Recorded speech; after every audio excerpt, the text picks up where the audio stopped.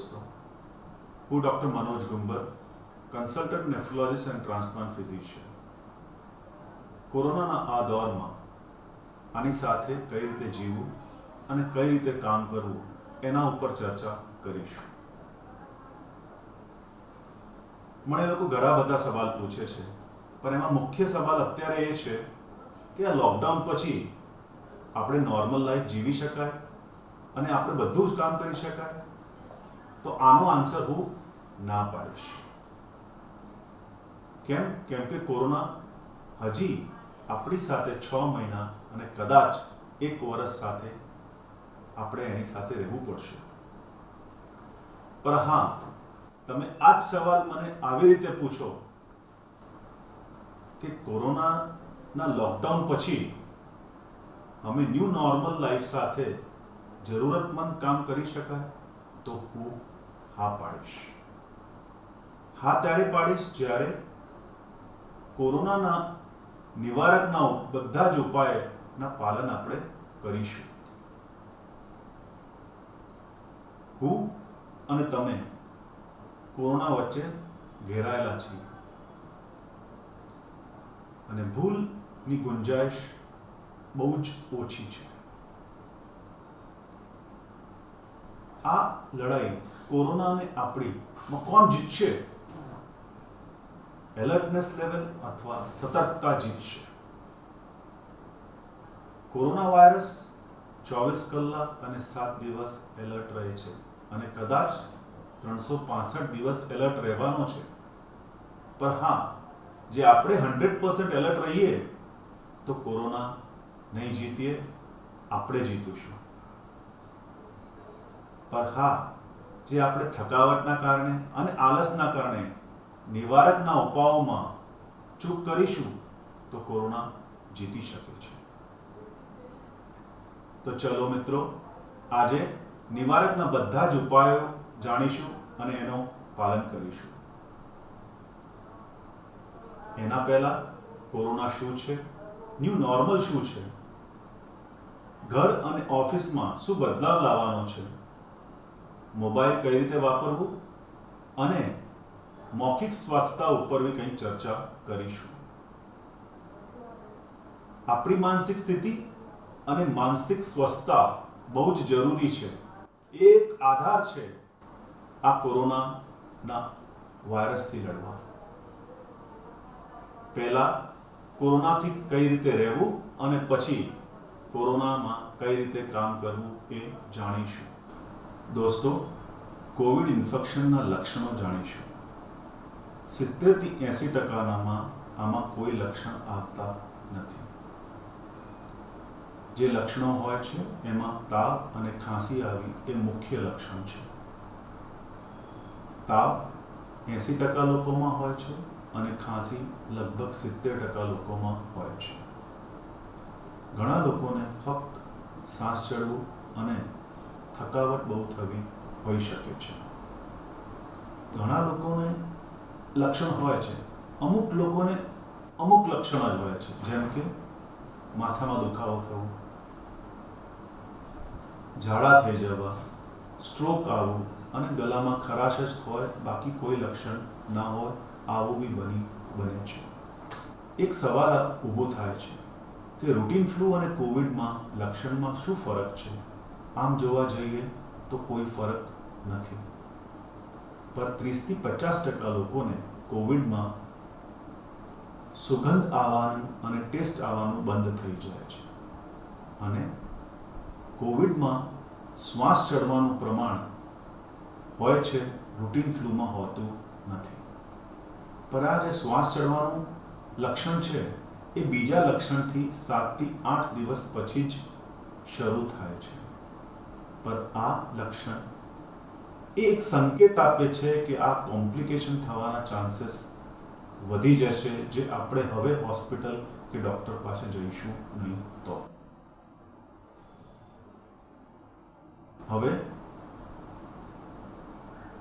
Suspect કેવી રીતે કરવું કે આ માણસને કોવિડ હોઈ શકે?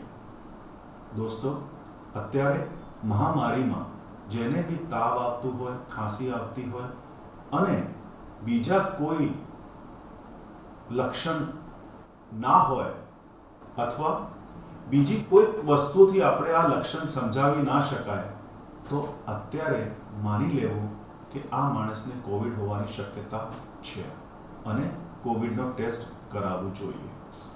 આમ તો ક્લાસિકલ ડેફિનેશનમાં આવું હોય છે કે આપણને તાવ આવે, ખાંસી આવે અને આપણે બીતેલા 14 દિવસમાં આપણે કોઈક કોવિડ પેશન્ટ સાથે આપણે સંપર્કમાં આવીએ હોવું એ જરૂરી છે.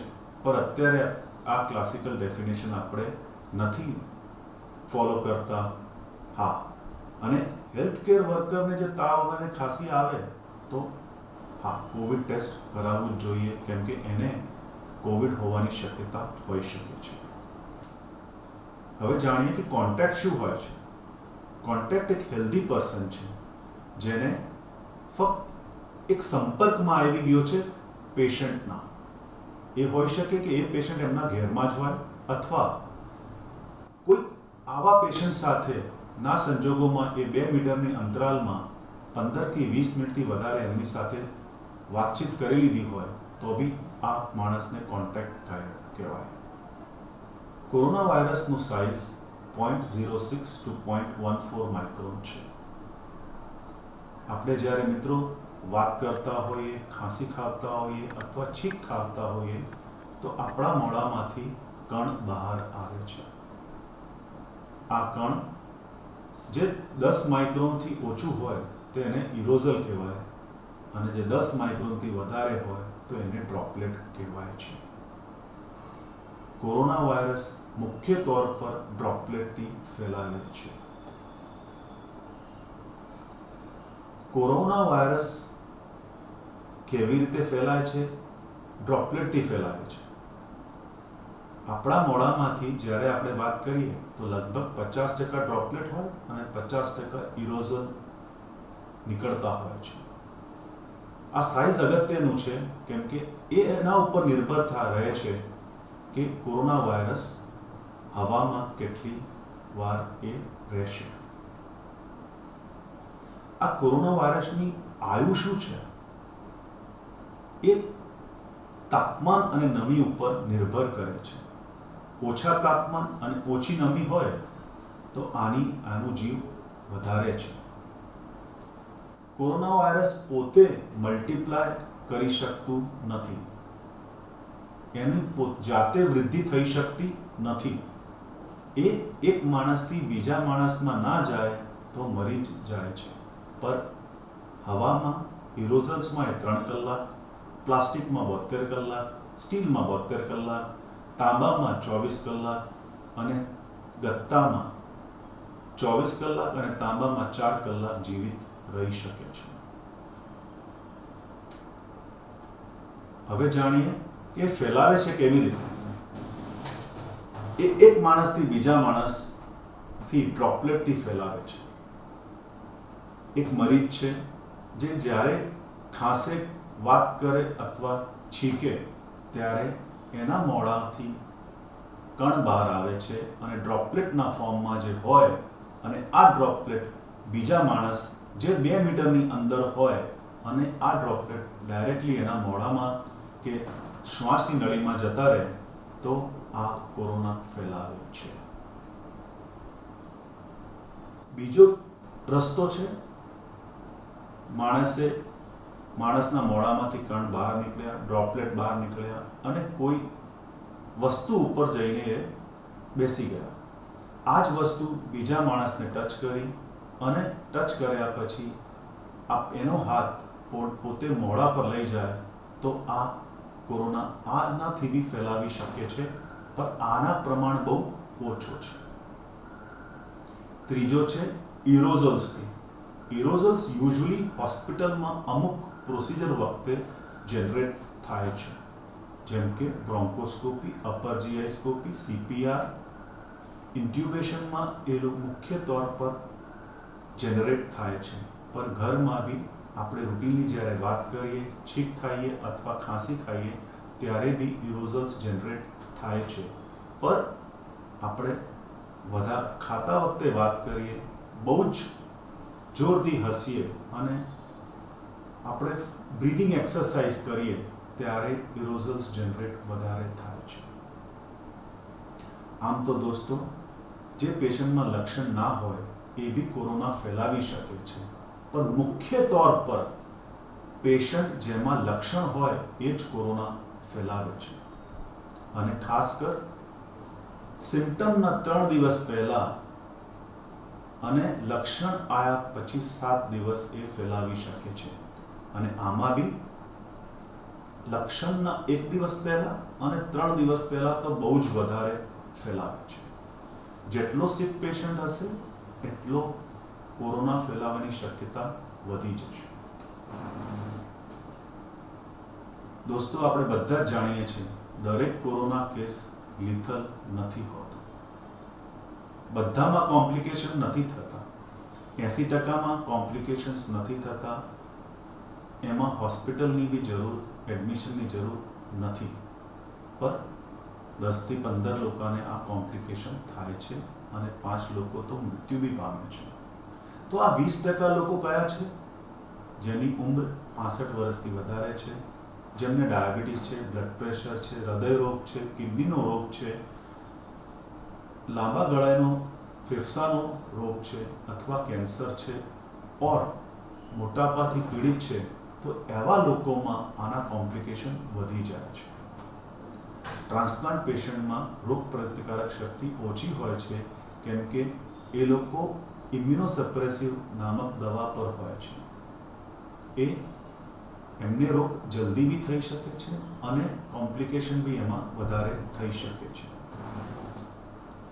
હેલ્થકેર પ્રોફેશનલ્સ જે કે ડૉક્ટરો, નર્સિસ, ટેકનિશિયન્સ ને આ રોગ થવાની શક્યતા વધારે છે, કેમ કે એ લોકો દરરોજે સિક પેશન્ટ્સ અથવા કોવિડ પેશન્ટ સાથે કામ કરે છે અને સિક પેશન્ટ્સમાં વાયરસનું પ્રમાણ વધારે હોવા કરતાં એમને આ સંપર્કમાં આવવાનું હોય જ છે. એના લીધે જ ડૉક્ટરોમાં, નર્સોમાં અને હેલ્થકેર પ્રોફેશનલ્સમાં આ રોગ થવાની શક્યતા વધારે હોય છે. કોરોના વાયરસ પહેલી જ વાર ઇન્સાનોને ઘેર્યો છે. એટલા માટે આપણે પહેલાં કોઈ દિવસ આ કોરોના વાયરસને સંપર્કમાં આવ્યા નથી, તો આપણે એનાથી ખાસ કરીને કોરોના વાયરસના સામે કોઈ ઇમ્યુનિટી નથી. પણ હા, અત્યારે છેલ્લા 3 મહિનાથી આપણે આ મહામારીથી જૂજીએ છીએ. ઘણા લોકોને સિમ્પ્ટોમેટિક અથવા એસિમ્પ્ટોમેટિક ઇન્ફેક્શન થઈ ગયું હશે અને કદાચ આ લોકોમાં ઇમ્યુનિટી આવી ગઈ હશે. જે આપણે હર્ડ ઇમ્યુનિટી વાત કરીએ છીએ એ જ છે કે જ્યારે 50થી 80% લોકોને આ કોરોના વાયરસ સિમ્પ્ટોમેટિક અથવા એસિમ્પ્ટોમેટિક થઈ જશે, ત્યારે આ મહામારીનો અંત આવશે. એક્સપોઝરમાં એ જ હું કહું છું, વારંવાર એક્સપોઝર થવું અને એક સાથે ઘણું બધું વાયરસ સાથે જે એક્સપોઝ થઈ જઈશું તો એને કોરોના વાયરસમાં થવાની શક્યતા એ માણસમાં વધી જાય છે. હવે સ્ટેજની વાત કરીએ તો આપણે સ્ટેજ 1 અને સ્ટેજ 2 થી પસાર થઈ ગયા છે અને અત્યારે કમ્યુનિટી ટ્રાન્સમિશનનો સ્ટેજ ચાલે છે.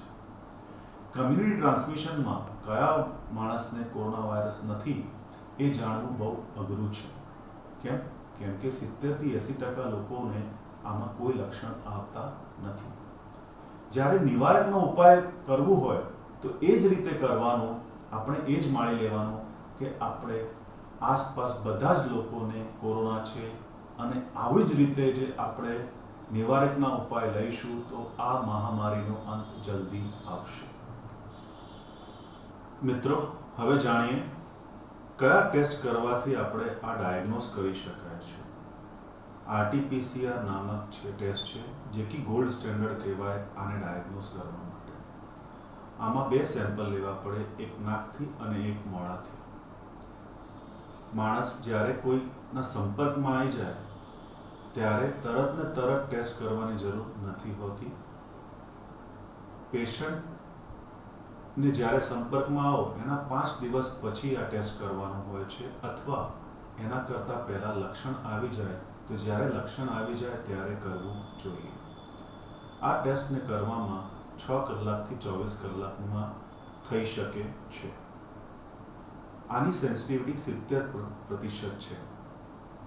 કહેવાનો અર્થ એ છે કે 100 લોકોમાં જે કોરોના હોય અને આ ટેસ્ટ કરીએ તો 70%ના પોઝિટિવ આવે, 30%માં કોરોના હોવા છતાંય આ ટેસ્ટ નેગેટિવ આવે. એટલા માટે જ દોસ્તો, જે આવા કોઈ મરીજ હોય જેમાં લક્ષણ ચાલુ રહેતા હોય તો 3 દિવસ પછી ફરીથી ટેસ્ટ કરવું જોઈએ, અને જે 2 ટેસ્ટ નેગેટિવ આવે ત્યારે જ કોવિડ નેગેટિવ આ માણસ કહી શકાય છે. બીજા ટેસ્ટ છે સીટી સ્કેન કરવું. ફેફડામાં સીટી સ્કેન કરવાથી એની સેન્સિટિવિટી બહુ સારી છે, કરીબ 95 થી 97% સેન્સિટિવિટી છે, પણ આમાં સ્પેસિફિસિટી ઓછી છે. આ ટેસ્ટ ઇમરજન્સીમાં, જ્યારે કે આપણા પાસે 6 કલાકથી 24 કલાક ના હોય ને આપણે પેશન્ટ સર્જરીમાં લેવું હોય તો આ ટેસ્ટ કરવું જોઈએ. સિરોલોજિકલ ટેસ્ટ IgG, IgM એન્ટીબોડી એ કોરોના ડાયગ્નોઝ કરવા માટે નથી. એ ખાલી આપણેમાં ઇમ્યુનિટી આવી ગઈ છે કે નથી આવી આ કોરોનાના ખિલાફ, એના માટે આ ટેસ્ટ છે. એન્ટીજન ડિટેક્શન ટેસ્ટ એ સારો ટેસ્ટ છે. સેમ્પલ એ જ મોઢામાંથી અને નાકમાંથી લેવાય છે અને 30 મિનિટમાં રિઝલ્ટ આવી જાય છે, પર આની સેન્સિટિવિટી અને સ્પેસિફિસિટી RT-PCR કરતાં ઓછી છે. એટલા માટે જ RT-PCR જ ગોલ્ડ સ્ટેન્ડર્ડ અત્યારે છે આને ડાયગ્નોઝ કરવા માટે. આવી કોઈ દવા જે છે જેનાથી લેવાથી કોરોના ના થઈ શકે? હા દોસ્તો, હાઇડ્રોક્સીક્લોરોક્વિન નામની એક દવા છે, પર આ દવા તમારે કાર્ડિયોલોજિસ્ટ અથવા ફિઝિશિયનના સંપર્કમાં રહ્યા પછી જ આ લેવાની છે. અને તમે જે બધી જ દવાઓ લેતા હોય એ દવા બતાવીને જ તમારો ડૉક્ટર નક્કી કરશે કે તમને આ દવા લેવી જોઈએ કે નહીં. મિત્રો, હવે જાણીએ કે આપણે શું કરવું જોઈએ જેનાથી આપણે આ કોરોના વાયરસથી બચી શકીએ. સૌથી પહેલું, બધા જ નિવારકના ઉપાય જરૂરી છે, બધા કરવા જ જોઈએ. આ બધામાં સોશિયલ ડિસ્ટન્સિંગ જે 2 મીટરની છે એ સૌથી અગત્યની છે. બીજું છે હેન્ડ હાઇજીન. આપણે મોઢા ઉપર હાથ વારંવાર ફેરવાની જે ટેવ છે એ છોડવી પડશે. કોઈને મળીએ તો નમસ્તે કરવું જોઈએ, હાથ મળાવવું જોઈએ નહીં, વેલકમ હગ આપવું જોઈએ નહીં. જેને ખાંસી ઉધરસ હોય એનાથી દૂર જ રહીએ. ખાંસી આવીએ તો આપણે આપણી કોનીમાં કરીએ, હાથમાં નહીં કરવાનું. જે હાથમાં થઈ જાય તો તરત હાથ સાફ કરવાનો. બહાર નીકળીએ એટલે માસ્ક પહેરવાનું. રોડ પર થૂકવાનું નહીં, બિલ્ડિંગની આસપાસ થૂકવાનું નહીં. અને આપણે જરૂરત ના હોય ને ત્યાં સુધી બીજા કોઈ વસ્તુને ટચ કરવી નહીં. આપણે આ નિવારકના ઉપાયો બધા જ પાલન કરવા, અને આવી રીતે પાલન કરવા કે આપણે જોઈને બીજા લોકો બી આને પાલન કરે. હવે આ સોશિયલ ડિસ્ટન્સિંગ 2 મીટરનું ફોર્મ્યુલા ક્યાંથી આવ્યું? દોસ્તો, જ્યારે આપણે વાત કરીએ છીએ કણ બહાર નીકળે છે, વાત કરીએ ત્યારે કણ જે છે એ ડ્રોપલેટ ફોર્મ લે છે.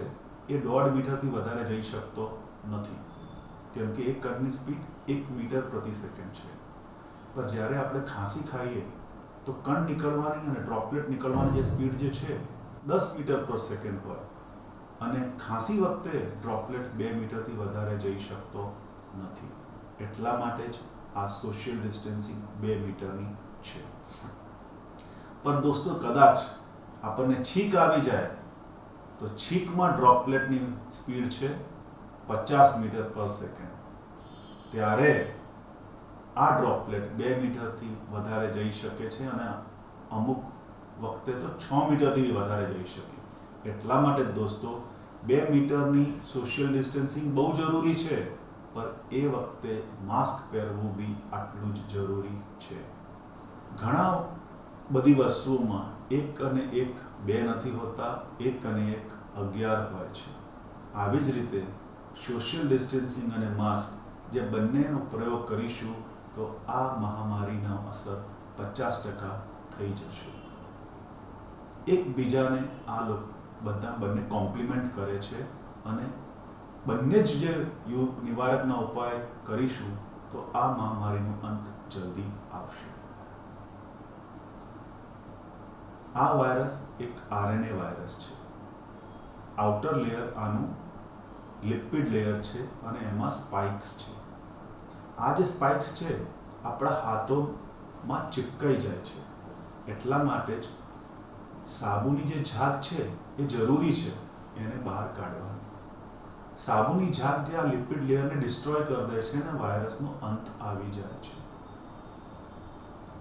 એટલા માટે જ દોસ્તો સોશિયલ ડિસ્ટન્સિંગ, માસ્ક અને હાથ ધોવા સાથે હાથ ધોવાનું બહુ અગત્યનું છે. જ્યારે બી આપણે હાથ સાબુથી અને પાણીથી ધોતા હોઈએ તો 20 સેકન્ડ લગાડવા જોઈએ. જે સાબુ અવેલેબલ ના હોય ત્યારે 70% આલ્કોહોલવાળો સેનિટાઈઝર યુઝ કરી શકીએ. પણ જે હાથમાં આપણે દેખાતું હોય કે આપણા હાથ ગંદા છે ત્યારે સેનિટાઈઝર યુઝ કરવાનો કોઈ ખાસ ફાયદો નથી. ત્યારે સાબુ અને પાણી જ કામમાં આવે. સેનિટાઈઝર યુઝ કરીને તરત ઇલેક્ટ્રિકલ એપ્લાયન્સ કે ગેસ સ્ટવ વાપરવો નહીં. દોસ્તો આ ફોટો બહુ અગત્યનો છે. તમે જુઓ, પહેલા ફોટામાં હાથ બહુ ગંદા છે, ત્રીજામાં બી ગંદા જ રહ્યા છે કેમ કે ફક્ત પાણીથી જ ધોયા છે. પર આપણે સાબુ વાપરીએ અને જેમ જેમ સેકન્ડ વધતા જાય છે હાથ સાફ થતો જાય છે. છઠ્ઠા ફોટામાં 30 સેકન્ડ વાપર્યા છે, પર આપણે તો 20 વાપરીએ ને તોય બહુ છે. આ વાયરસ 20 સેકન્ડમાં મરી જાય છે. પણ દોસ્તો જ્યારે બી હાથ સાફ કરીએ આ ફોટો યાદ રાખજો.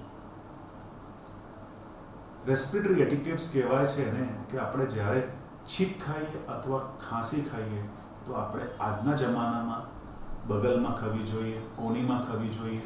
હાથમાં ખાઈ શકાય પણ હાથ તરત સાફ કરવા અથવા ટિશ્યુ પેપર વાપરો. રેસ્પિરેટરી એટિકેટ્સમાં કોઈ માણસને જે ફ્લૂના લક્ષણ હોય, ખાંસી હોય, ઉધરસ હોય, એની પાસે ના જવું બી એક રેસ્પિરેટરી એટિકેટ જ છે. દોસ્તો આ સ્લાઇડ જોઈને મને એક કહાની યાદ આવી ગઈ. આ કહાની લગભગ બધાએ વાંચી હશે, સાંભળી હશે, પણ અત્યારે આ બહુ અગત્યની લાગે છે. એક ખેડૂત હતો, એના 5 છોકરા હતા. 5 છોકરા આપસમાં લડતા રહેતા હતા અને ખેડૂત બૂઢો થતો હતો. એક રવિવારના રોજે એને બધાને બોલાયો અને એક લાકડી આપી દીધી અને એને તોડવાનું કીધું. દરેક છોકરાએ લાકડી તોડી કાઢી. પછી એને લાકડીની એક ગાંઠડી બનાવી અને આપી અને કીધું કે આ તોડો. કોઈ બી છોકરો ગાંઠડી તોડી શક્યો નહીં. કહેવાનું પ્રમાણ છે કે આપણે જે એક વસ્તુનો જ પ્રયોગ કરીશું. સોશિયલ ડિસ્ટન્સિંગનો પ્રયોગ કર્યો પણ માસ્ક પ્રયોગ ના કર્યો, માસ્ક પ્રયોગ કર્યો તો હાથ ના ધોયા, હાથ ના ધોયા તો રેસ્પિરેટરી એટિકેટ ના કરીએ તો કોરોના આપણને તોડી દેશે. દોસ્તો આપણે હિન્દુ, મુસ્લિમ, શીખ, ઈસાઈ બધા મળીને બધા જ નિવારકના ઉપાય કરીશું તો આપણે જીતીશું. કોરોનાને જીતવા નહીં દઈએ. નિવારકના ઉપાય તો જાણી લીધા દોસ્તો, પણ આના રૂટીન લાઈફમાં જે આપણે અમલ કરીએ તો એને જ ન્યૂ નોર્મલ કહેવાય છે. ન્યૂ નોર્મલ કંઈ નવી વસ્તુ નથી, એ સાબત આપણે કરી દઈશું. આપણા ઘરમાં શું ચેન્જ લાવવા એ આપણે જાણીશું. ઘરમાં માસ્ક પહેરવાની જરૂર નથી. હા, તમારા ઘરમાં કોઈ કોવિડ પેશન્ટ હોય તો ટ્રિપલ લેયર સર્જિકલ માસ્ક અવશ્ય પહેરવું. પેશન્ટની અને ફેમિલી મેમ્બર્સે બધાએ ટ્રિપલ લેયર સર્જિકલ માસ્ક પહેરવું. ઘરમાં તમારા કોઈ કામવાળી આવે તો એનાથી ડિસ્ટન્સ મેન્ટેન કરવાનું, એનું ટેમ્પરેચર ચેક કરવાનું, એના લક્ષણ પૂછવાના, એને આવે અને તરત જ એને સાબુ અને પાણીથી હાથ સાફ કરાવવા અને એને એક માસ્ક આપવું અને એને સમજાવવું કોરોના વિશે બધું એને સમજાવીએ, એને સુરક્ષા થશે, આપણી બી સુરક્ષા રહેશે. આજકાલ બધી વસ્તુઓ ઓર્ડર ઓનલાઈન કરીએ, ઓનલાઈન પેમેન્ટ કરીએ અને ડિલિવરી જ્યારે આવે ત્યારે ઘરની બહાર જ વસ્તુ ડિલિવર કરીએ. ખાતા વખતે બોલવાની આદત છોડીએ. હું તો કહું છું દોસ્તો, જે તમારે કોઈ ડૉક્ટરને કન્સલ્ટ કરવું હોય તોય ઓનલાઈન કરો, અને એ ડૉક્ટર જ્યારે એ કહે કે ભાઈ તને મારે મળવું જ પડશે તો જ એની હોસ્પિટલ અથવા ક્લિનિક પર જાઓ. જ્યારે તમે ઘરથી બહાર નીકળો ત્યારે માસ્ક પહેરવું, અને યાદ રાખો માસ્કની ફિટિંગ બહુ અગત્યની છે. તમારા પાસે 2 જોડા હોવા જોઈએ, એક ઘર માટે અને એક બહાર માટે ચંપલ હોવી જરૂરી છે. જ્યારે બી બહાર નીકળો એક નાનકડું સેનિટાઈઝરની બોટલ પોતાના ગજવામાં રાખો. બહારની વસ્તુઓ લેવા જાઓ તો ઘરનો કાપડને બનેલો થેલો વાપરો. પ્લાસ્ટિકની ડોલ સબ્જીઓ માટે વાપરો. પબ્લિક લિફ્ટ ના વાપરો. જ્યારે સીડીઓ ચડો તો એની રેલિંગને ટચ ના કરો. ઓનલાઈન પેમેન્ટ કરો. જે તમે એટીએમમાં જવું પડે તો એટીએમનો કીબોર્ડને સેનિટાઈઝ કરો, હાથ સાફ કરો. કીબોર્ડ યુઝ કરો એના પછી બી સેનિટાઈઝ કરો, કીબોર્ડને બી અને પોતાના હાથને બી. જ્યારે તમે ઘેર પાછા આવો ત્યારે બારણું પોતે ના ખોલો. સ્લીપર બહાર જ ઉતારો. તમારી ચાવી અને પર્સ એક કોર્નરમાં મૂકી દો અને હાથ સાફ કરો. જે તમે હેલ્થકેર વર્કર હોય તો બેટર એ છે કે તમે નહીં લો. દોસ્તો, આમ તો ન્યૂઝપેપર અને રૂપિયાથી નથી ફેલતો કોરોના, પણ અમુક લોકો હજી પૈસા ગણવા માટે થૂકનો ઇસ્તેમાલ કરે છે. એટલા માટે જે તમે પૈસાનો ઇસ્તેમાલ કરો તો ઘર આવીને એને ઇસ્ત્રી કરી દો. ઇસ્ત્રી યાદ રાખો બંને સાઈડ કરવો પડશે, ત્યારે જ કોરોના મરશે. જે રીતે ઘરમાં ફેરફાર કરવાનું છે એ જ રીતે ઓફિસમાં બી અમુક ફેરફાર તમારે કરવા પડશે. ઓફિસના બધા જ સ્ટાફને એજ્યુકેટ કરો કોરોના વિશે. માસ્ક પહેરો અને હાથ ધોવો ઓફિસમાં એન્ટર કરતા પહેલા. એટેન્ડન્સ ફેસ ડિટેક્શનથી કરો. આયર ગનથી ટેમ્પરેચર ચેક કરો. બધા જ માણસ જે ઓફિસમાં આવતા હોય એનો મોબાઈલ નંબર અને એડ્રેસ નોટ ડાઉન કરો. બહારનો વ્યક્તિ હોય ઓફિસનો તો પૂછી લો ઓફિસમાં કયા વ્યક્તિને એમને મળવાનું છે અને એક અલગ ચેમ્બરમાં એને મળો. જે દોસ્તો તમને લક્ષણ હોય કોરોનાના, ખાંસી હોય, ઉધરસ હોય, તાવ આવતી હોય, શ્વાસ ચડતું હોય અથવા દસ્તે થયા હોય તોય પોતાના કંપનીમાં બધા લોકોને કહે, કેમ કે એ તમારા ફેમિલીના અને બધાની સુરક્ષા માટે બહુ જરૂરી છે. જે તમે કોઈ પેશન્ટના સંપર્કમાં આવ્યા હોય કોવિડના તો બી જાણ કરો. જ્યારે તમે ઓફિસમાં હોય ત્યારે શું કરવું જોઈએ?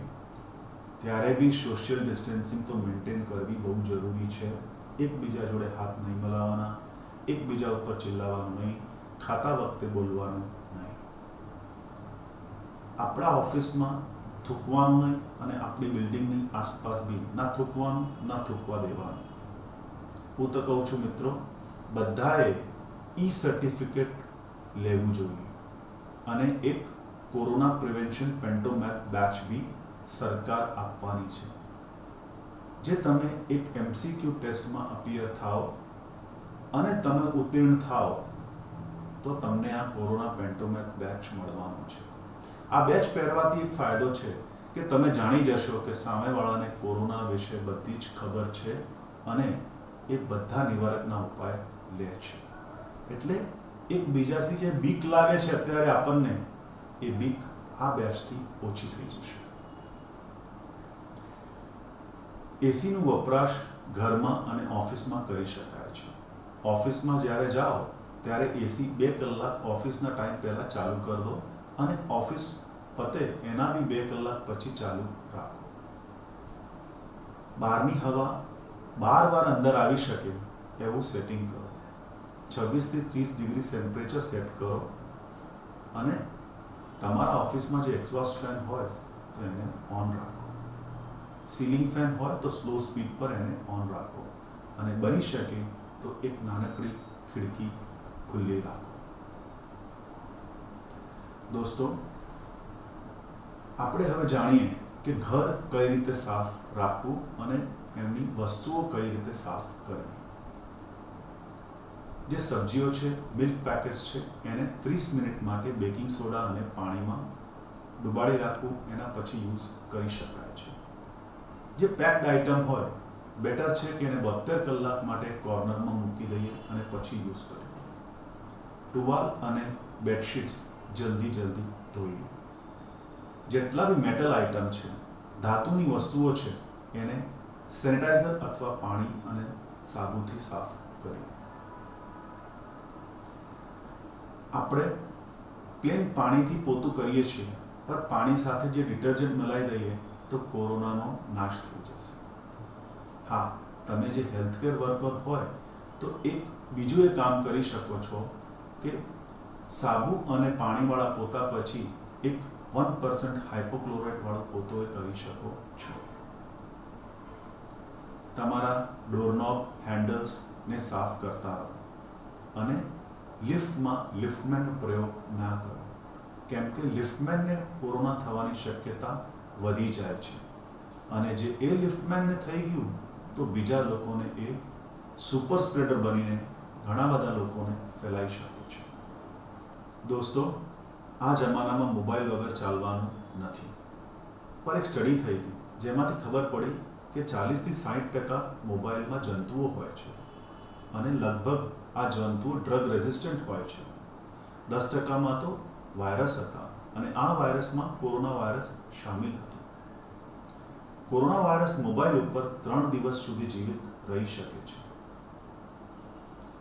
મોબાઈલ વાપરતા વખતે મોબાઈલ મોઢાથી બહુ જ પાસે હોય છે. હાથ સાફ હોય પણ જે મોબાઈલ સાફ ના હોય અને મોબાઈલ પર વાયરસ હોય તો વાપરતા વખતે આ વાયરસ તમારા મોઢામાં જઈ શકે અને મોબાઈલથી કોરોના વાયરસ ફેલી શકે છે. આનો ઉકેલ છે plastic polythene transparent mobile cover use કરવા, હેડફોન અથવા હેડસેટ યુઝ કરવા અને એકબીજાના મોબાઈલ, હેડસેટ અને હેડફોન શેર નહીં કરવા. મોબાઈલ સાફ કરવું પડશે. જે રેડીમેડ 70% આલ્કોહોલયુક્ત વાઇપ્સ મળતા હોય એ વાપરવા જોઈએ. જે ના મળતા હોય તો કંઈ વાંધો નહીં. કાપડ લેવાનું, 70% સેનિટાઈઝરવાળા આલ્કોહોલ લેવાનું અને એને સાફ કરવાનું. સાફ કરતા વખતે મોબાઈલ બંધ કરી દેવું જોઈએ. યાદ રાખો દોસ્તો, એના ઉપર બ્લીચ ના લગાડતા અથવા કોઈ બી બીજા કેમિકલ ના વાપરતા, કેમ કે ટચ સ્ક્રીન ખરાબ થઈ શકે છે. હવે વાત કરીએ મૌખિક સ્વસ્થતાની. ટૂથબ્રશ ઉપર બેક્ટેરિયા અને વાયરસ હોઈ શકે અને એમાં કોરોના વાયરસ હોઈ શકે છે. આપણે રૂટીનલી 3 મહિને ટૂથબ્રશ બદલીએ છીએ, પણ અત્યારે વહેલું બદલવું જોઈએ અને વાપર્યા પછી ટૂથબ્રશ સૂકું રાખવું જોઈએ. પોવિડન આયોડિન અને હાઇડ્રોજન પેરોક્સાઇડ યુક્ત કોલગેટ પેરોક્સાઇડ ગાર્ગલ કોરોના વાયરસની સામે કામ કરે છે, પણ સાદું ગરમ પાણીના કોગળા અને લિસ્ટરીન ગાર્ગલ્સ આની સામે કામ કરતા નથી. ખાસ કરીને કોવિડ પેશન્ટનો ટૂથબ્રશ 15 મિનિટ માટે 0.5% હાઇડ્રોજન પેરોક્સાઇડમાં મૂકી રાખવું અથવા ગરમ પાણીથી સાફ કરવું. હા, એને ઉકાળીને બી સાફ કરી શકાય છે. દોસ્તો, આપણે બધા લોકડાઉનમાં હતા અને આ મહામારીના કારણે કંઈક ના કંઈક પ્રોબ્લેમમાં તો આપણે છીએ જ. એટલે આપણી માનસિક સ્થિતિ થોડી નબળી થઈ છે. થોડા સાયકોલોજીકલ પ્રોબ્લેમ્સ વધ્યા છે, કેમ કે એના લક્ષણ જ આવા છે. બધાને દિવસમાં 2-4 વાર ખાંસી તો આવી જ જાય છે, પણ અત્યારે ખાંસી આવે એટલે તરત આપણને ફિલિંગ થાય કે આપણને કોરોના થઈ ગયું છે અને ઉપરથી આ ડિજિટલ મીડિયામાં કયો ન્યૂઝ સાચો છે અને કયો ફેક છે એ જાણવું બહુ જરૂરી છે, પણ અમુક વાર ખબર પડતી નથી. આ ન્યૂઝથી આપણા મગજ પર અસર થાય છે. અત્યારે બધા જ psychological problems, anxiety disorders, obsessive compulsive disorders, depressive disorders અને ઇવન સુસાઇડના રેટ બી વધ્યા છે. આનો ઉકેલ જોઈએ શું કરી શકાય છે? સૌથી પહેલાં કોવિડ મીડિયાથી દૂર રહેવું જોઈએ, બ્રીધિંગ એક્સરસાઇઝ કરવા જોઈએ, બેલેન્સ ડાયટ લેવી જોઈએ, પૂરતા પ્રમાણમાં ઊંઘવું જોઈએ, દારૂનો પ્રયોગ ના કરવો જોઈએ, કોઈ એક નવી હોબી ડેવલપ કરવી જોઈએ, યોગા કરવું જોઈએ અને આપણના માઇન્ડ પર નેગેટિવ થોટ્સ ના લાવવા દેવા જોઈએ. જે આપણા હાથમાં છે એના ઉપર ચિંતા કરવાની. અમુક વસ્તુ આપણા હાથમાં નથી હોતી તો એના ઉપર ચર્ચા કરવાની અને ચિંતા કરવાની જરૂર નથી. જે આપણને તકલીફ હોય કંઈક બી તો આપણે આપણા ફેમિલી મેમ્બરને શેર કરીએ, એક હેલ્ધી રિલેશનશિપ ડેવલપ કરીએ અને પોઝિટિવ થિંકિંગ કરીએ. અને હા, અત્યારે આપણને ખબર છે કે આ કોરોના વાયરસ હજી 3 મહિના અથવા 6 મહિના સુધી રહી શકે છે અને આપણે એની સાથે જીવન જીવવું પડશે. હા, નિવારકના બધા ઉપાયો કરો ને તો આપણને લાગે કે આપણે બધું કરીએ છીએ જે કરવું જોઈએ અને આપણી માનસિક સ્થિતિ સારી રહેશે. અમુક લોકો એ સમજે છે કે દારૂ પીવાથી ચિંતા દૂર થઈ જાય છે, ઓછી થઈ જાય છે, પણ હકીકત એ છે કે દારૂ પીવાવાળા માણસને એન્ઝાયટી ડિસઓર્ડર્સ, ડિપ્રેશન અને એમના સુસાઇડ રેટ્સ બી વધારે હોય છે. એમની રોગ પ્રતિકારક શક્તિ ઓછી હોય છે અને એમને કોરોના વાયરસ થવાની બી શક્યતા અને એના કોમ્પ્લિકેશન બી થવાની શક્યતા વધારે હોય છે. એટલા માટે સે નો ટુ આલ્કોહોલ. હવે આપણે જાણીએ કે આપણી મેન્ટલ હેલ્થ કઈ રીતે સારી થઈ શકે. મેન્ટલ હેલ્થ માટે 7 થી 8 કલાક સૂવું, બેલેન્સ ડાયટ લેવું, પૂરતા પ્રમાણમાં પાણી લેવું, દારૂનો પ્રયોગ ના કરવો, એકબીજા સાથે ડિજિટલ મીડિયા થ્રુ સંપર્કમાં રહેવું, ગમે તે સંજોગો હોય ભગવાનને શુક્રિયા અદા કરવો નથી ભૂલવાનું અને ધ્યાન કરવું. પેશન્સ રાખો દોસ્તો, ખરાબ સમય છે, વીતી જશે. પોઝિટિવ રહેવું. આપણે એને સારું લાગતું હોય, રીડિંગ, મ્યુઝિક અથવા કોઈ બી હોબી ડેવલપ કરવી અને ખાસ કરીને કોવિડ મીડિયાથી દૂર રહેવું. ઘણા બધા લોકો મને પૂછે છે કે શું ખાવાથી ઇમ્યુનિટી વધે? તો મારો જવાબ એ જ છે કે જે વસ્તુઓથી, જે માહોલથી આપણી માનસિક સ્થિતિ સારી થાય એનાથી જ આપણી ઇમ્યુનિટી વધે. દોસ્તો, છોકરાઓની સ્કૂલ બંધ છે, 3 મહિનાથી બંધ છે અને હજી કદાચ 3 થી 4 મહિના બંધ રહેશે. એમનો ખાસ ખ્યાલ રાખવો જ પડશે. આપણે પોતે જ એમને જાણ કરીએ આ કોરોના વાયરસ શું છે અને એમને પોતાના એક્ઝામ્પલથી બધા નિવારકના ઉપાય કરીએ અને એમને સમજાવીએ. એમને સોશિયલ મીડિયાથી ખબર પડવી જોઈએ નહીં કે કોરોનામાં શું કરવી જોઈએ અને શું નહીં, કેમ કે એમને ખબર નથી કઈ ન્યૂઝ સાચી છે અને કઈ નથી. ફેમિલી ટાઈમ છે આપણી જોડે, પણ એમનો ક્વોલિટી ટાઈમ બનાવી દઈએ આપણે. છોકરાઓને શીખવાડો કે કઈ રીતે ઘરનું કામ કરવું જોઈએ, એમને કુકિંગ શીખવાડો, કંઈક ને કંઈક હોબી ડેવલપ કરો. એમને પોતાના દોસ્તાઓ અથવા મિત્રો સાથે એમને સંપર્કમાં રહેવા દો ડિજિટલ મીડિયા થ્રુ. એમને ડાન્સિંગ, સિંગિંગ, બોર્ડ ગેમ્સમાં એન્ગેજ રાખો. એક ડેલી ટાઈમ ટેબલ તો એમનો હોવું જ જોઈએ. ભલે સ્કૂલો બંધ છે, પણ એ ટાઈમથી ઉઠે અને ટાઈમથી સૂવે. એમને ઓનલાઈન ક્લાસીસ કરવા દો, પર એની સાથે એમને ફિઝિકલ એક્સરસાઇઝ બી કરાવો. અત્યારે આઈડિયલી છોકરાઓ મા બાપ સાથે રહે એ જ સારું, પણ કંઈક સંજોગોમાં ના રહી શકે તો એમને ડિજિટલ મીડિયા થ્રુ એમના સંપર્ક રાખો. અને હા, કંઈક ના કંઈક નવું કરો દરરોજ દિવસે, તો એમને મોનોટોનસ ના લાગે.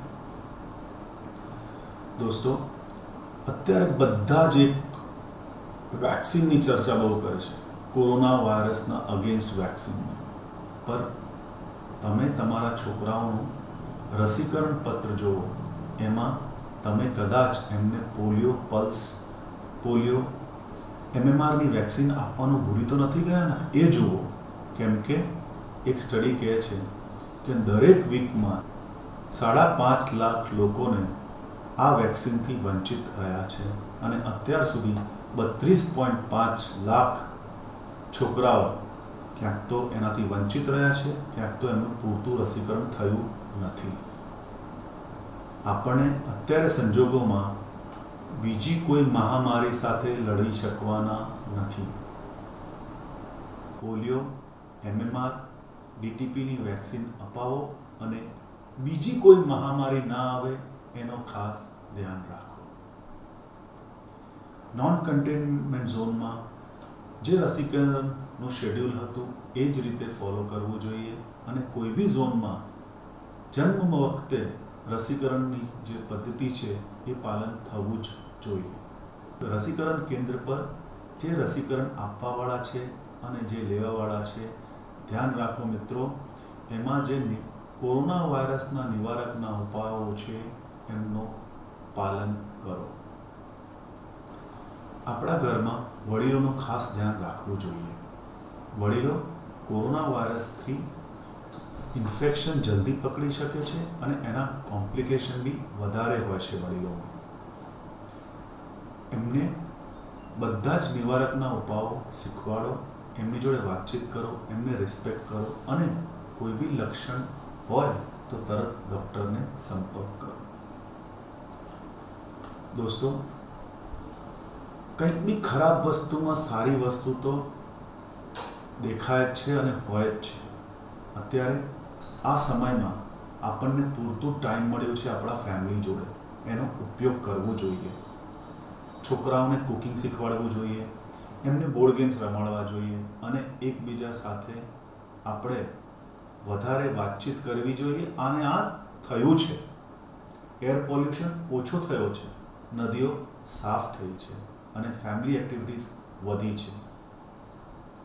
હવે આપણે જાણીએ કે આ કોરોના વાયરસને આપણને શું શીખવાડ્યું છે. સૌથી પહેલાં, કન્ટિન્યુઅસ લોકડાઉન આન્સર નથી. બીજી વસ્તુ એ છે કે આપણે જે પારંપરિક જીવન હતું એ સારું હતું, એ ઇમ્યુનિટી યુક્ત હતું અને અત્યારે આપણને ખબર પડે છે કે જે આપણે નાનપણમાં હેલ્થ ઇઝ વેલ્થ અને પ્રિવેન્શન ઇઝ બેટર દેન ક્યોરનું જે પ્રવક વાંચ્યું હતું, અત્યારે ખબર પડી કે ખરેખર હેલ્થ ઇઝ વેલ્થ. સાદા જીવનમાં બહુ પૈસા નથી જોતા. ફેમિલી સાથે ટાઈમ સ્પેન્ડ કરીએ તો ઓટોમેટિકલી સ્ટ્રેસ ઓછું થઈ જાય છે. યોગા શારીરિક અને માનસિક હેલ્થ માટે બંને માટે બહુ સારી વસ્તુ છે. આપણે આત્મનિર્ભર થઈ શકીએ જે આપણને ઈચ્છા હોય તો. અને આ જે ન્યૂ નોર્મલ કહેવાય છે, ખરેખર અગર જે વડીલો સાથે વાત કરો તો એ કહે છે આમાં કંઈક નવું નથી. દોસ્તો, આ સ્લાઇડમાં મેં 3 કલર વાપર્યા છે, સફેદ, કાળા અને પીળા. હવે સફેદ વાળા પર ચર્ચા કરી અને વડીલોને પૂછીએ તો એ કહે છે, અમારા જમાનામાં અમે લોકો હાથ મળાવતા નહોતા, એકબીજાને નમસ્તે જ કરતા હતા. હા, કોઈના ઘેર જઈએ તો ચંપલ બહાર જ ઉતારતા હતા, કિચનમાં ચંપલ લઈને નહોતા જતા અને જરૂર સિવાય તો અમે ઘરની બહાર જ નહોતા નીકળતા. અમે સારી ડાયટ ખાતા હતા, પિઝા બર્ગર નહોતા ખાતા, ઘરને બનેલું ખાતા હતા, બહારની વસ્તુઓ લગભગ નહોતા ખાતા. જ્યારે અમારે સામાન ખરીદવાનું હતું ને, એક લિસ્ટ બનાવતા હતા. અમે લોકો વધારે એક્સરસાઇઝ કરતા હતા અને ધ્યાન કરતા હતા. અમે લોકો જલ્દી ગભરાઈ નહોતા જતા. અમે કોઈ બી સંજોગોમાં પેશન્સ રાખતા હતા. ઘર માટે અમે ડિટર્જન્ટ અને સોપ જ વાપરતા હતા સાફ કરવા માટે. હા, અને વડીલોની ઇજ્જત કરવું અને એમનું ધ્યાન રાખવું આપણી પરંપરા હતી અને અમે ઇન્ટેલેક્ચ્યુઅલી ઓનેસ્ટ હતા. તો ભાઈ, તમારા ન્યૂ નોર્મલમાં કંઈક નવું નથી. આ ખરેખર તો ઓલ્ડ નોર્મલ છે, વડીલો એ જ કહેશે. હા, જે ચેન્જ થયું છે ખાલી માસ્ક પહેરવાનું કીધું એ ચેન્જ છે, અને હા, આ ઓનલાઈન શોપિંગ નવી છે, બાકી કંઈક નવું નથી. ઇવન સોશિયલ ડિસ્ટન્સિંગમાં બી ખાલી આ 2 મીટરનું જે ફોર્મ્યુલા છે ને એ જ નવું છે. બાકી તો આપણે આજ સુધી નમસ્તે જ કરતા હતા, હાથ નહોતા મળાવતા. દોસ્તો, હવે એક કહાની યાદ આવી ગઈ મને. કહાનીમાં આવ્યું છે કે એક રાજા હતો.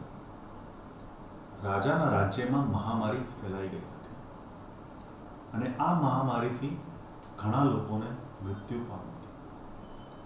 બધા પ્રયત્ન કર્યા, પર મહામારી ખતમ થવાનું નામ નહોતી લેતી.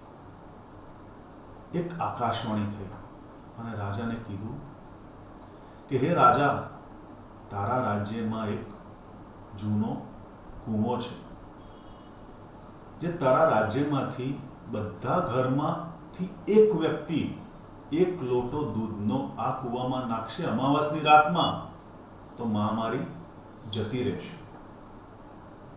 રાજાએ એલાન કરી દીધું કે બધા ઘરમાંથી એક વ્યક્તિએ અમાવાસની રાતમાં 1 લોટો દૂધનો નાખવાનો છે કૂવામાં. અમાવાસની રાત આવી, બધા લોકો ભેગા થયા લોટા સાથે. એમાં એક વડીલ હતા. એમને કીધું કે બધા લોકો તો દૂધ નાખે જ છે, જે હું પાણી નાખી દઈશ તો શું ફરક પડવાનો છે. આ વિચારતા એમને કૂવામાં પાણી નાખી દીધું. સવાર થઈ, મહામારી ના ગઈ. રાજા આશ્ચર્યચકિત હતું કે થયું શું. રાજાએ કૂવા પર ગયો અને જોતા સમજી ગયા, કેમ કે કૂવામાં એકે લોટા દૂધનો કોઈ નામો નિશાન જ નહોતો. એટલે કોઈએ દૂધ નાખ્યું જ નહોતું. એ વિચારીને કે બધા દૂધ નાખવાના જ છે, હું નહીં નાખું તો શું ફરક પડશે. દોસ્તો, અત્યારે આપણે બી એક મહામારીથી ગુજરીએ છીએ, અને ઉપાયો બહુ જ સહેલા છે, પણ આપણે વિચારીએ છીએ કે આ ઉપાયો બીજા માટે છે. હું એકલો નહીં સોશિયલ ડિસ્ટન્સિંગ મેન્ટેન કરું, કે માસ્ક નહીં પહેરું, કે હાથ નહીં ધોઉં તો શું થઈ જવાનું છે. બાકી બધા તો કરે જ છે. આ જ વિચારથી આ મહામારી લાંબી થઈ રહી છે. આપણી થોટ પ્રોસેસ ચેન્જ કરીએ અને આજથી આપણે એક પ્લેજ લઈએ. દોસ્તો, આપણે કોરોના વોરિયર્સ, પોલીસ અને ડિફેન્સ પર્સનલ્સનું સન્માન કરીએ છીએ. આજે એમનું યોગદાન અને બલિદાનના મધ્યનજર રાખીને આપણે એક પ્રતિજ્ઞા લઈએ. હું ડૉક્ટર મનોજ આજથી કોરોના વાયરસના બધા જ નિવારકના ઉપાય હૃદયપૂર્વક કરીશ, અને ત્યાં સુધી કરીશ જ્યાં સુધી ભારત કોરોના મુક્ત ના થઈ જાય. દોસ્તો, જતા પહેલા હું healthcare workers, nurses, technicians, doctors, પોલીસનો આભાર માનું છું, અને દરેક વ્યક્તિનો આભાર માનું છું જે કોરોના વાયરસના નિવારકના ઉપાય હૃદયપૂર્વક કરે છે, એનું પાલન કરે છે. મિત્રો, કઠિન સમય છે, જતો રહેવાનો છે, અને આપણે ફરીથી રૂટીન લાઈફમાં આવી જઈશું જલ્દી. નમસ્તે. Stay safe, stay strong, stay healthy. જય હિન્દ.